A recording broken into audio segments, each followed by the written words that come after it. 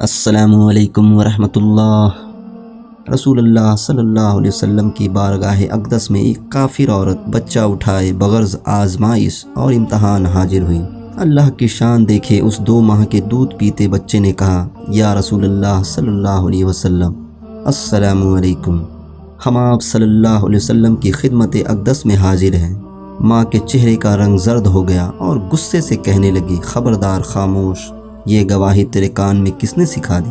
بچے نے کہا، اے میری ماں، تو اپنے سر کے اوپر تو دیکھ، تیرے سر کے اوپر جبریل علیہ السلام کھڑے ہیں، مثل کامل بدر کے وہ مجھے نظر آ رہے ہیں۔ وہ فرشتہ مجھے وصف رسول اللہ صلی اللہ علیہ وسلم سکھا رہا ہے اور کفر و شرک کے ناپاک علوم سے خلاصی و رہائی دلا رہا ہے۔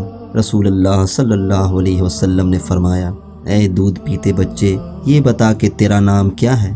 بچے نے کہا، میرا نام حق تعالیٰ کے نزدیک عبدالعزیز ہے، مگر ان مشرکوں نے میرا نام عبدالعزیٰ رکھا ہے۔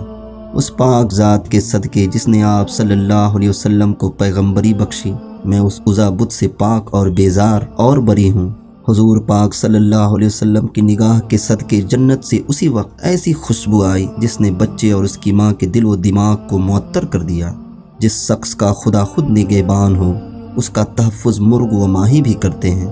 بچے کے ساتھ ماں بھی ایمان و اسلام کی دولت سے مشرف ہو گئی۔ اس نے اسی وقت کلمہ شہادت پڑھا اور مسلمان ہو گئی۔